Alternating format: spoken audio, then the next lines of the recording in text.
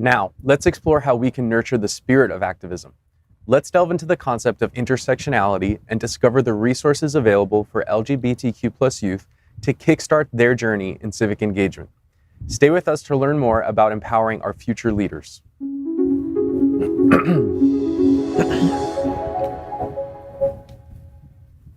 Safe Schools Rainbow Roundtable focuses on tools and resources, specifically for LGBTQ+ youth to engage in civic participation. As we've discussed, civic engagement involves actions undertaken to improve community conditions or help shape a community's future. It's vital to thriving in society and can profoundly benefit physical and mental health, life satisfaction, and overall well-being.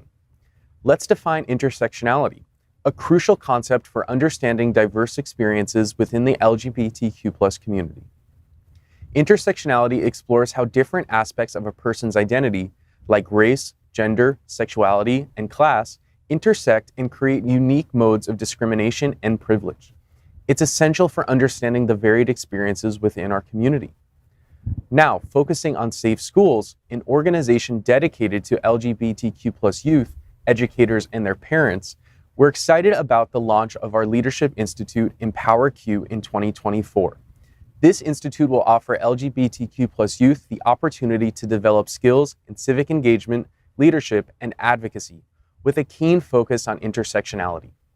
So panelists, how can programs like EmpowerQ enable LGBTQ+ youth in civic engagement? What resources are essential to support their journey, considering the intersectionality of their identities? I think one of the most beautiful things about being queer is that we are everything in humanity. We are everywhere. We encompass every single variation that exists about the human experience, and I think that's beautiful. I think that if the world was more open, I know that anywhere that I can put a pin, I can walk into a LGBTQ+ or a gay bar or a queer bar. I know that I am surrounded by people who are like me, who won't have issues with me, and that I can form deep connections with. Doesn't matter where I am in the world. And this is, for me, what we're doing with Safe Schools is something that comes out of my own experience in high school, because I was I wasn't the popular kid. I wasn't any type of kid. I always I never really fit into any group. And what happened was that I formed community with the other kids that didn't fit into any other group. So we had kids that were popular. We had kids that were part of the the band kids. We had drama kids. We had every single kid was part of the group that I had, that I was able to put together in high school. And that for me was so inspiring, because I learned so much about their stories. I learned so much about kids that weren't like me, that had liked different things than me, that liked very similar things that I did, that I wouldn't have known unless I would have, talked and spoken to them. And we were that odd group that had all the misfits. But in that group of misfits, I found deep community that went beyond the surface level high school relationships that sometimes we form. And that is what I want to bring into Safe Schools, and what I want to bring even into this conversation, because I feel like these intersectional connections make us realize that my struggle is not my own. My struggle is part of a larger struggle, a larger collective struggle, that the people who are doing stuff to me are also doing stuff to you. So how can we stop pretending that we're not on the same side, join forces, and actually bring about collective change, one person at a time? Yeah, I really appreciate you said that. So my GSA used to get invited to the GSA summits all the time, every year. That's actually where I got awarded, was the GSA summit. I was a little far, so I wasn't able to be there in person, but my GSA kept going afterwards. So like I said, like how we were talking about earlier about Black and Brown and Asian people, we naturally just came together in Hialeah. So how we went about it is just being yourself. And when we got told, hey, there's resources, come to this workshop, come to this summit, get this mentorship, right, Gabby? It was very great. There was a lot of workshops that we saw coming out of Safe Schools, out of Pride Lines, and a lot of organizations. And that really will help all of us propel, and still continues helping college students like Gabby's Institute with, my University of Miami. So that's kind of where I found community. We already had community. Right. So that was the first thing that we had. We always were community. In fact, civic engagement started in middle school for me in Jose Marti. So that's kind of where civic engagement was, because we saw violence growing up. We saw how we were immigrants, how we came in as Black and brown and Asian people, because we had Asian people, Cuban Asian people come in. So the intersectionality of being Cuban and Chinese. Yeah. I'm also indigenous. I'm from the Mosquito tribe. So we have Chinese people, Creole people. A lot of us from Central America are mixed. So that's the intersectionality piece I love from Kimberly Crenshaw. So I think something that both of you are talking about, and I think that's important to share, is queer liberation. You can't talk about queer liberation without other liberation movements. And so our liberation is dependent on collective liberation across intersectionalities. So I think that's important to know. And I think that comes up. I'm so happy to hear that you're doing kind of like this academy situation. We just had at UM, the LGBTQ office just did their Love Symposium. So it was a symposium that had different workshops, and so to develop leadership skills within LGBTQ undergraduate students, and there were graduate students there and faculty members, and so I was so thrilled to be able to present different presentations. And so if you need any speakers, I'm committing to volunteer my time. If you need anyone to host any workshops or anything, like, happy to do that. We will definitely tap you to do some of that work. No, I'm happy to hear. No, I'm happy to do it. Again, we mentioned and we talked before about doing what you wanted for your younger self, and that's something that I actually keep on a Post-it note on my desk. Is I have it in Sharpie. It says, "Do it for your younger self. She needs you." So anything that I can do to give back, because I was closeted for so long and I didn't come out until I was like 23, 24. So I feel like I'm making up for lost time by being here and by being able to give back to safe schools. Thank you, Gabby. Yeah, that's of awesome. course. Time at all. I mean, it's so important to recognize how, the way we intersect with others, the things we have in common with others, is really what creates a path to change. You talked about being involved in a faith community. And if we can be honest, many LGBTQ people are not like a faith affirming, right? But it's awesome when I sit at the table with somebody who is a person of faith, who is also gay or lesbian or who I identify with in some other way, it opens the door that we can have that conversation about, hey, it's okay to have faith and to do this. And I think in that same way, we need to identify our common bonds with other people and use that to expand and sort of find those shared values. Yeah. Well, go ahead. Well, I was going to ask this, at Safe Schools, did the protests that you all organized create community, a sense of community among your youth? Which protest? So you wanted to share about the protest? Which protest? Yeah. So with the at one Disney. So we actually when Don't Say Gay happened, alongside AHF, we organized a protest that we took GSA kids to Walt Disney World, and then we took them to Tallahassee. And that was very meaningful for the kids that participated in it, because they saw themselves take action against something that was being done to them. They didn't ask for it. They weren't nobody seeks to be told one day, like, you can't talk about yourself. Your teachers can talk about yourself. They can ask you pronouns. And here they are seeing that Disney at that time was kind of cowarding and not speaking up. And they were like, no, we're going to go there. So that not only did that bring those kids together, but it also inspired two of them to continue that process. And one of them actually was at the signing of an anti-discrimination bill that was signed by President Biden. He was right next to Javi. Javi was next to Biden, and it's a picture of him, so excited when he got the pen. And he's a Safe Schools kid. And then Max Finning, who the Executive Director of PRISM, he also started through Safe Schools. We took him. We were the ones that took him to Tallahassee, and he found his passion through that. And look at PRISM now, an amazing organization doing great things to educate LGBTQ plus youth. Yeah. So I love that Safe Schools has been like this incubator of youth that then, encourage them to go out into the world and make positive change and utilize their tools, utilize their own internal possibility to make something great. Yeah, there was college students there too. That's what I was just about to say. College was there. Yeah. The collective was there. I missed that protest by a slim. Max Fenning and Javi, they're good friends of mine. Javi was the GSA president of iPrep High School. Max Fenning did a high school in Boca. I don't know the name right now. So they had collectively their GSAs for 2 years running, and like how I did with Safe Schools, we reconnected in senior year because we needed those tools to fight back. There was a lot of youth there, primarily were college students and seniors. Sarai Perez was there. Erica Hernandez was there. Yeah, I think a big part of the movement, that's why I wanted to ask about the protest. We forget some of these names sometimes just because they're all over the place. Sarai is working at an environmental science group now, but for her first 2 years at MDC, she spent a lot of time at these protests. And Javi, talking about Don't Say Gay, bringing it back to Don't Say Gay, we did a Miami rally after that with some schools and all the organizations in Miami, and it was really beautiful. I'm such a big fan of Max's. I had no idea he had actually went through Safe Schools, right? And what that brings up for me is like this reminder is that what we really need to support organizations like Safe Schools, because in all that we're talking about like, you know, creating this, you know, or supporting, I should say, this next generation of youth and teenagers who are involved, really supporting organizations and then in programs like EmpowerQ, really, that really amplifies that so much because the work you're doing. It's just, I'm kind of a little taken back that somebody who I have such great respect for in our community who's gone through that program. It's a reminder, just, wow, we have great resources already available here that we really need to focus on getting the word out about.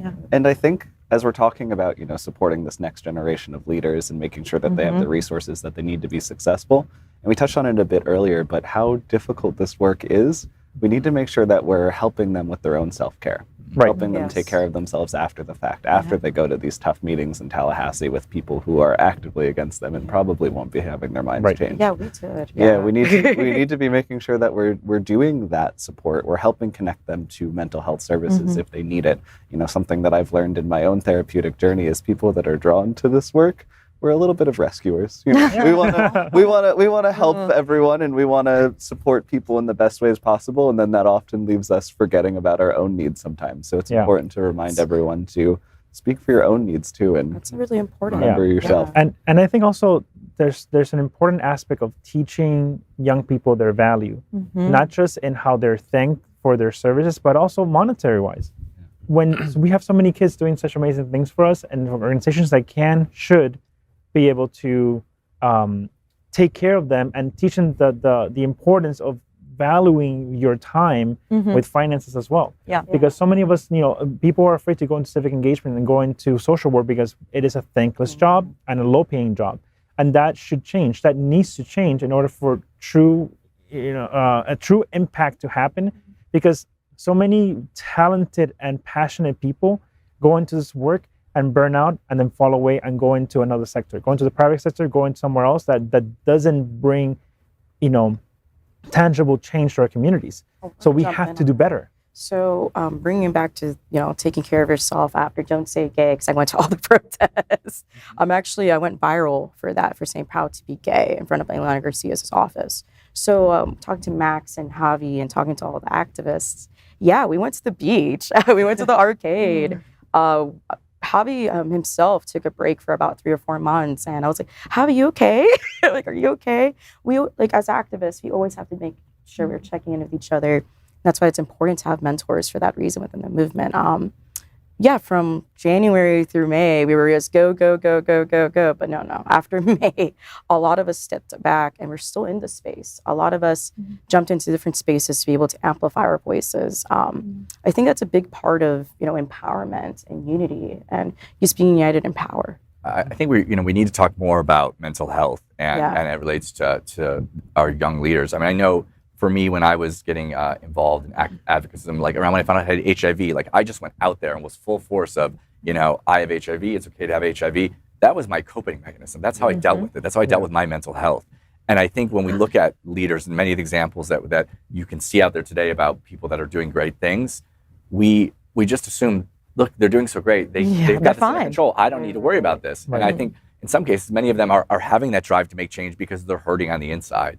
Check on your strongest friends. That's right. As they say. That's right. So, I mean, I'd love to know, like, what resources or what we can do to support people that, you know, like, again, they look like it's a strong front, but I'm assuming if any of them were like me, they're covering up for, you know, being hurt on the inside. Yeah, I think that one of the strong points about EmpowerQ when we're doing with Safe Schools is that it's being produced by No Reservations, and you know, Dr. Dan is being a key person in all this, because we're bringing the mental health, we're bringing the spiritual, and we're bringing the tools that young kids need today to be able to show effective communication, to healthy conflict resolution, leadership skills, skills, like social emotional learning, and then leadership skills. Absolutely, because kids want the tools and resources, and not all of them will take it, but the ones that do will do great things. And that's the thing, that people worry so much about numbers. Yeah. But yes, you have to worry about numbers, but at the same time, out of 10, if 2 come out of that, like Max and Javi and Kim here, we did great. I mean, we did an amazing thing for the community, for the world. And that's the power of Safe Schools. Safe Schools has been like this, like behind the scenes, organization for such a long time, but we were producing change makers in ways that are now really impacting our community. And thank you for acknowledging that, because that's and that's why my job is so important for Safe Schools, because we want to not just showcase what we have and showcase our amazing the amazing leaders that we've helped form, but then partner with all these other organizations to do more, to be more, to start with EmpowerQ, to teach the kids that want it, the kids that need it, the kids that really want to make a difference, the kids that have that passion, to give them the tools that they need. And I think we're really lucky to be in Broward County. Yeah. We have a lot of amazing organizations like SunServe, like Safe Schools. We have a lot of amazing funding sources out there, like the Children's Services Council, Broward, the county itself, AHF, and all these different organizations that are just out here funding this work to make sure that we're supporting the mental health needs of all people. We are empowering the leaders of the future. We're protecting youth in schools. So I think we're pretty lucky to be in Broward County, where we have a lot of support for these types of services. Amari, you just reminded me at SunServe, Hialeah, we used to get all your sessions, our group sessions. That's actually how I found out about Safe Schools. I think a Safe Schools board member used to work for SunServe. So it was really wonderful. I just knew I received therapy. I didn't realize it was from SunServe until I got older. I actually want to bring it back to you, Chris. I wanted to say thank you for sharing your story. People living with HIV, we don't hear that quite often right now. And the AIDS Healthcare Foundation also came into my school. I guess everyone came into our school, Hialeah Gardens Senior High School. And Chris, I think that's really important, because when I was organizing as youth, I was clinically depressed. I was a risk youth. We had a lot of suicide ideations, and a lot of people didn't know. People didn't know I needed that help. And the counselor's like, Kim, are you sure? And his name's Mr. Binder. He's like, Kim, are you sure? Like, he was the one that brought SunServe into the school. He's like, are you sure you don't want it? Because I kept saying no. It's like, yes, I want it, but I don't know if I have time for it. I'm like, you need to make time for your mental health, Kim.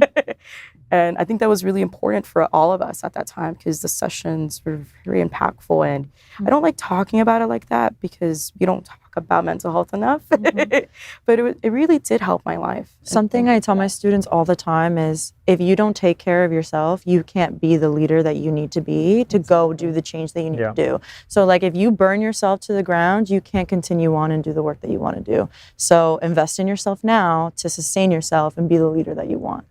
And we're talking about primarily LGBTQ youth today, and the reality is that population is at risk for a lot of different things, and it's not at risk because of being queer or who they are as a person. It's at risk because our communities are targeted. Right. We're systemically targeted by policy, by biases of other people, and we need to be able to support them to ensure that LGBTQ youth know that they have access to care if they need it. And I think that's why community is such an important part of like healing.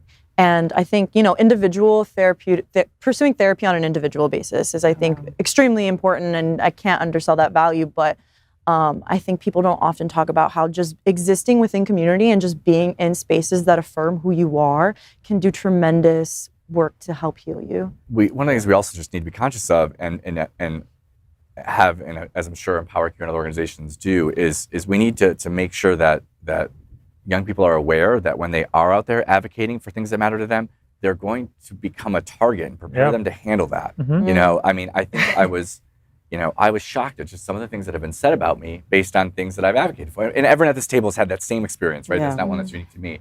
But if you're not prepared for that, it's almost in some cases, the more successful you are at advocating for what you're passionate about, the more likely that there's going to be some really hurtful things that are said about you. And so we just need to continue to prepare them for that, and make sure, because that's going to tie hand in hand with mental health and how we feel about ourselves. Yeah. I remember one of the first times I went to lobby in Tallahassee when I was in a different role, and someone called me a sodomist while I was there. Yeah. What? Metal. Wow. Well, we have to move on. That's a good stopping point. So it's clear that civic engagement is a powerful tool for professional and personal growth, especially for LGBTQ plus youth.